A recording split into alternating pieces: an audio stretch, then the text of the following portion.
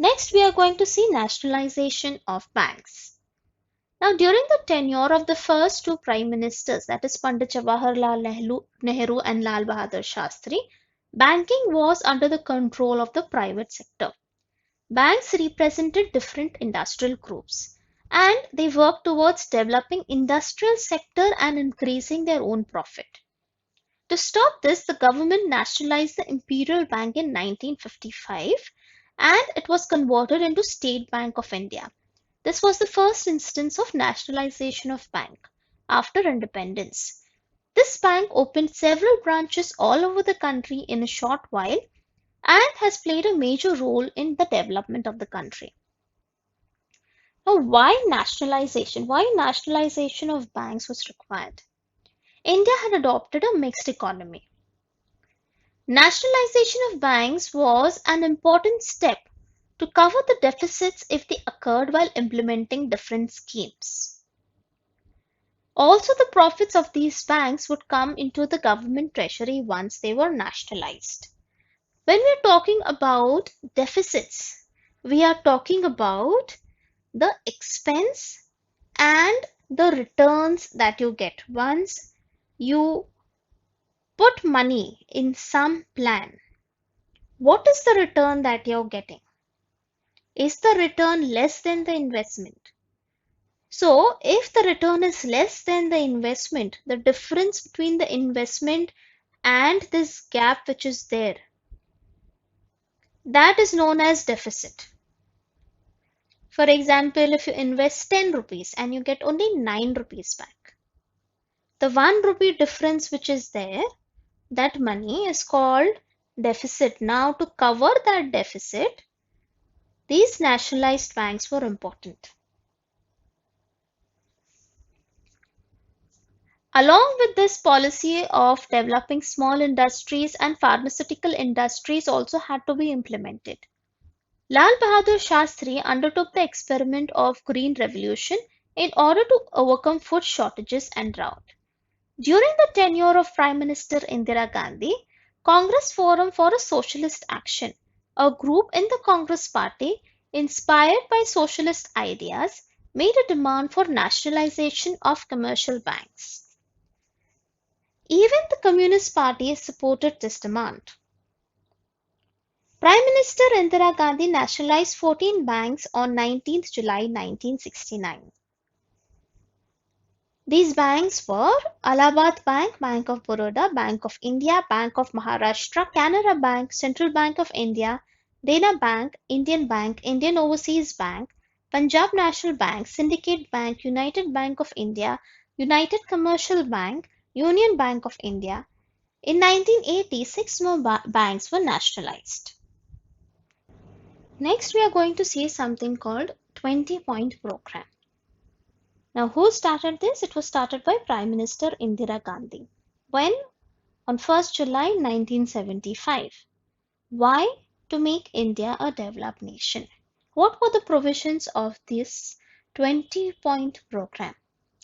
Land ceiling for cities and agricultural land, equal division of wealth, minimum wages for workers, increase in water conservation schemes, workers' participation in industry, national training scheme, freeing bonded labor, prevention of tax evasion, economic crimes and smuggling, regulation of prices of basic necessities, improvements in the public distribution system, improvement in the textile industry, by developing handloom sector, waiving loans for weaker sections, housing, communication facilities, making educational equipment available to schools. Next we come to issue of workers.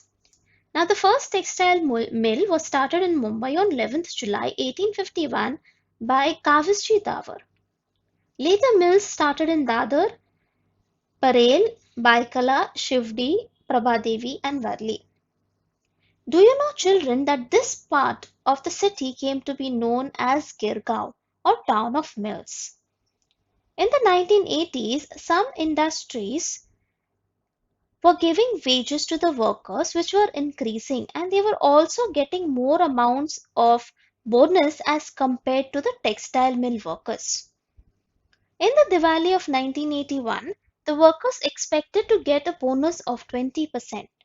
The Rashtriya Mil Mazdoor Sangh, which was negotiating with the employers, agreed upon 8 to 17% bonus without taking the workers into confidence. The cut in the bonus made the workers very unhappy.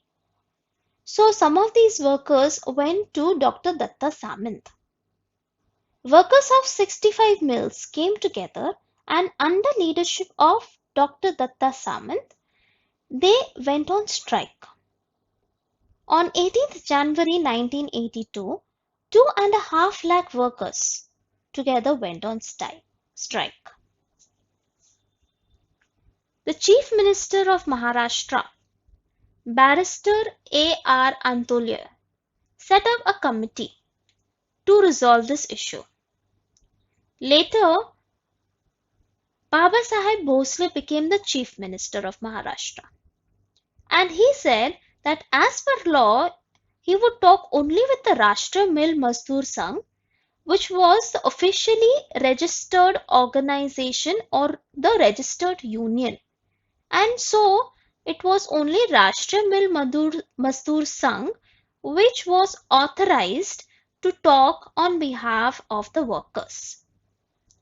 However, the workers had selected Dr. Datta Samant as their leader. Dr. Datta Samant demanded that the law should be repealed. Initially, in the beginning, the workers who were on strike got help from their native villages. They also helped each other. They set up committees and they distributed food grains and also gave assistance in the form of funds. The left parties also supported the strike. The strike dragged on. It completed 6 months and still the central government completely ignored it. Now remember children, all this was happening in the state of Maharashtra. The workers started a jail bharo agitation. In September 1982, 1.5 lakh workers took a march on the Legislative Assembly of Maharashtra state. But all this did not help them. The strike completed 1 year. In this period, about 1.5 lakh workers became unemployed. Here at the same time we see that the demand for cotton cloth was decreasing and polyester was much more in demand. This affected the sale of mill cloth. The mills slowly moved away from Mumbai to Surat, which is in Gujarat. The central government nationalized 13 textile mills. It also appointed an arbitrator. But still the issue did not get resolved. New economic policy. After the 10th general elections, P.V. Narasimha Rao became the Prime Minister of the country and he appointed Dr. Manmohan Singh as the Finance Minister. At this point of time, we see that the Indian economy was in a crisis situation. Before P.V. Narasimha Rao government took charge, Chandrasekhar was the Prime Minister. During his tenure, the rate of inflation was 17%. Economic growth rate had gone down. Foreign exchange reserves, India now only had enough to last for imports for a week. It was finding difficult to pay back loans. In May 1991, the government tried to control the situation by selling some of its gold reserves and also mortgaging some. Before the Chandrasekhar government, the VP Singh government had incurred a liability of over 10,000 crore rupees on economy because it had waived off the loans of all the farmers. The proportion of internal loans of central and state governments together to the gross domestic product was 55%. 1980-81, the foreign loan was at $2,350 crore, which means $2,350 crore. And by 1991, it increased to $8,380 crore. At this time, India had foreign exchange reserves of only $100 crore. At the same time, we see at the international level, the oil prices had increased due to invasion of Kuwait by Iraq. Even non-resident Indians had started withdrawing their deposits in foreign currency from India. At this point of time, we see that P.V. Narasimha Rao appoints Dr. Manmohan Singh as the finance minister.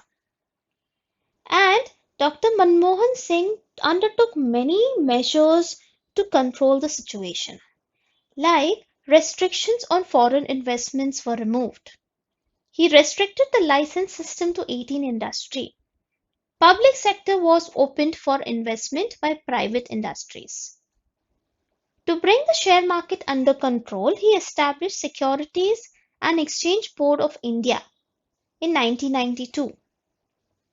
National Stock Exchange was computerized. He gave importance to remove the threat of recession. Foreign investment in India grew during the first tenure of Dr. Manmohan Singh as the finance minister.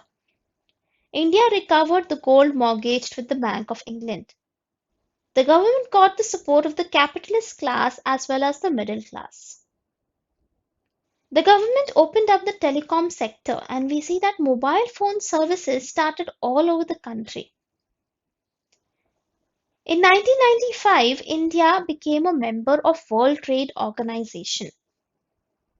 The objective of the organization were as follows: to free trade between countries, to put an end to all the discriminatory laws, restrictions, rules and policies that were hurdles in the way of international free trade, to regulate global trade with the help of a formal multi-party mechanism.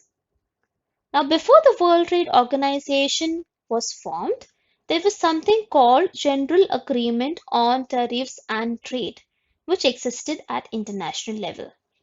It regulated commerce. In India, there was opposition about the World Trade Organization. Yet we see that finally India did take up its membership. The provisions of the World Trade Organizations are regarding grants, import-export, foreign investment, agriculture, technology and services.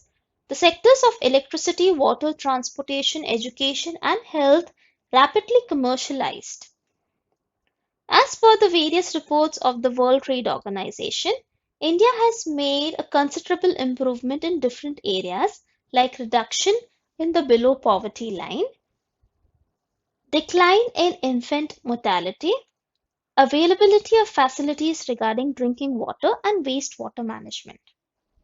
India signed the South Asian Preferential Trade Agreement along the lines of World Trade Organization.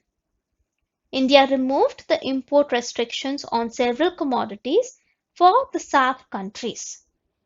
India also gave discounts on import duties. It opened up the insurance sector to private and foreign investment. We have come a long way from mixed economy to globalization. Children, with this we complete explanation for this lesson. Thank you for listening. Goodbye and take care.